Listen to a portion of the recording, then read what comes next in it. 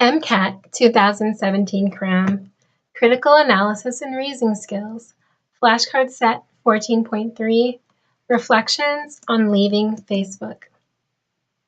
As you read the passage, you'll notice some highlighted selections of text. What I want you to do is garner meaning from these snippets in order to answer the 2 reasoning within the text questions that follow. All right? So good luck and happy reading. Paragraph 1.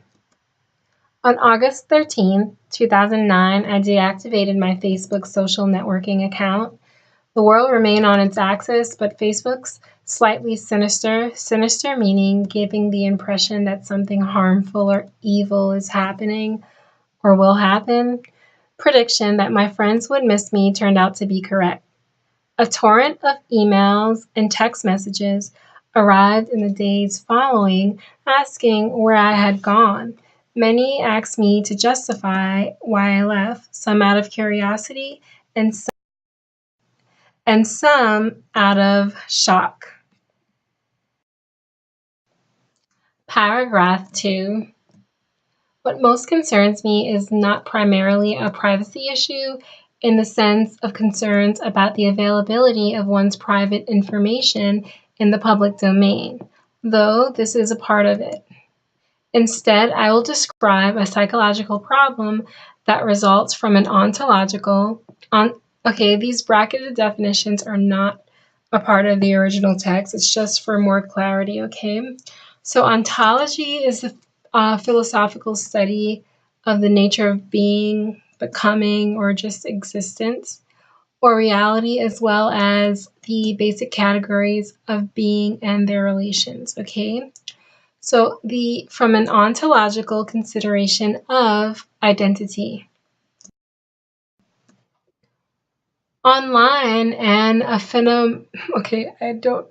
give me time with this word.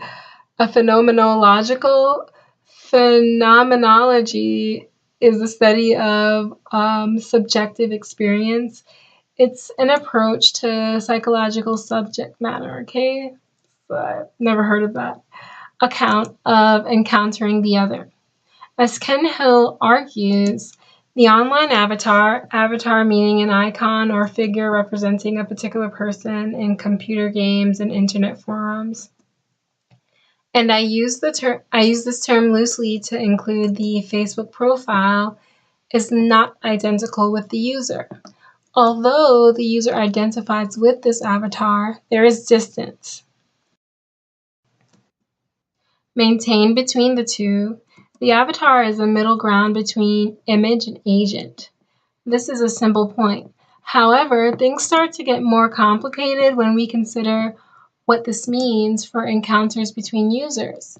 If the user is not identical with their avatar, then they are in a relation with only that avatar and the other user's avatar when communicating or interacting online. Paragraph 3.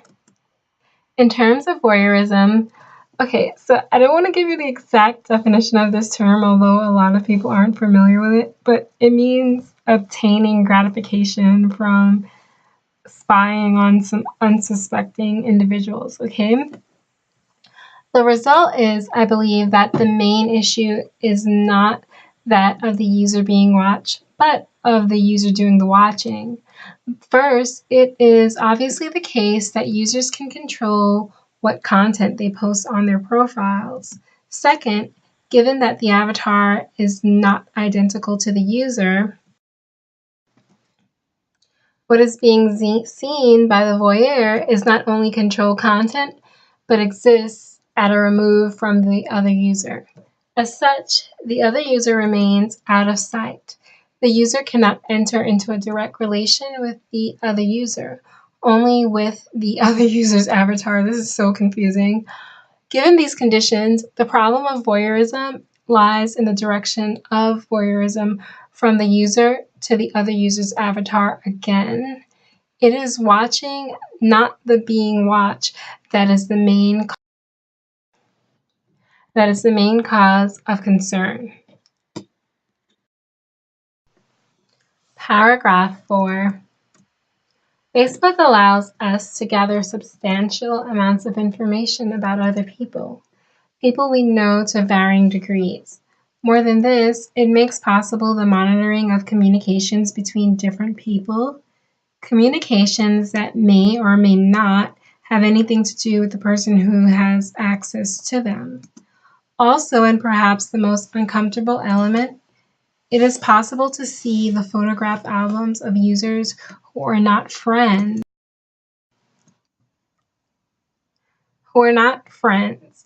in either the traditional or Facebook sense of the word, if they are commented upon by those who are. We are in danger of sleepwalking into a state of voyeurism, whereby we cease to see the difference between what ought to be seen and what can be seen. Without wanting to exaggerate the point, this somnambulist is one who sleepwalks. Voyeurism represents a perturbing meaning disturbing, psychological phenomenon. This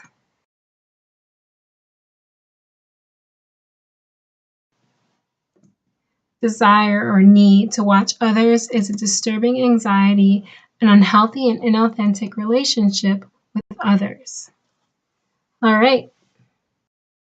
Does the author fail to consider in his reasoning? A, that Facebook friends can actually care about each other. B, that many Facebook interactions are between people with close relationships in real life. C, that users can protect their privacy against unwanted voyeurs. Or D, all of the above. Definitely press pause if you need to, and I'll give you a moment to think. If you're having difficulty answering, open up a second window to view the reading of the passage and search the text support to select the correct answer choice.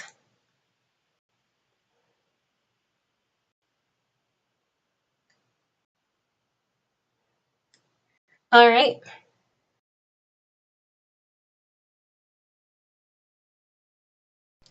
All right, so in this reasoning within the text question, you have to think about the author's reasoning and what evidence the author is trying to support, use to support this claim, okay? So let's start by first dissecting answer choice A.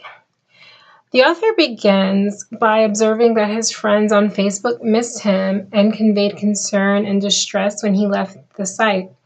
So this suggestion that the author is considering that users can care about the other users they interact with it's correct. That's why it's wrong, because we want to know what the author fails to consider. Okay. All right, so let's move on to answer choice C. Although the passage is about voyeurism, the main concern is not a lack of privacy, but that people are watching an unreal representation of others they don't truly know. The author does discuss how users can protect their privacy because, quote, users can control the content that they post on their profile. Okay, so answer choice C is incorrect as well. The author assumes that users are, quote, in a relation with only the avatar and the other user's avatar when communicating or interacting online. It is this means of communication that represents, quote, this is from paragraph 4, an unhealthy and inauthentic relationship with others. This argument presumes that the online interactions are the extent of these relationships. So if users have a prior real life close relationship, then they are interacting with the real person they know while online. The avatars are incidental, okay? Like a phone number, and don't prevent an inauthentic direct relationship, okay? So that's why the correct answer is not all the above, but it's answer choice B, that many Facebook interactions are between people with close relationships in real life. Which of the following passage assertions does the author present as evidence that Facebook users do not have authentic social interactions? Is it A, it is possible to see the photo albums of users who are not friends? Is it B, Facebook users often have little control over their privacy? Is it C, users gather a lot of information about other users? Or is it D, the author was bombarded with emails questioning why he left? Definitely press pause if you need to, and I'll give you a moment to think.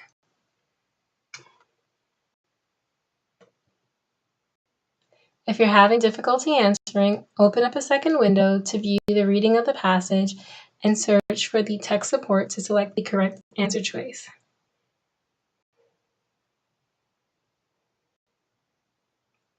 All right. Okay, so in this reasoning within the text question, you're being asked to think about the author's reasoning and specifically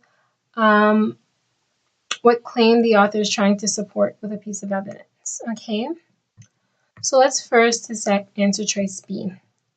In paragraph 2, the author makes it clear that privacy issues are separate from the concern of inauthenticity of social interactions on Facebook. Okay, so that's why this is wrong. Answer choices C and D are not relevant to the author's argument that the social interaction between Facebook users is not authentic. In fact, answer choice D may be evidence of the opposite. The author had authentic friendships on Facebook, and when he left, they actually noticed, okay? The author highlights the fact that users can see into the personal lives, for example, photo albums of other users' avatars they don't know personally, okay? Which is what answer choice A is saying. Thus, the users are able to interact with other people without actually having an authentic social relationship. So that's why answer choice A is correct. It's possible to see the photo albums of users who are not friends, okay? All right,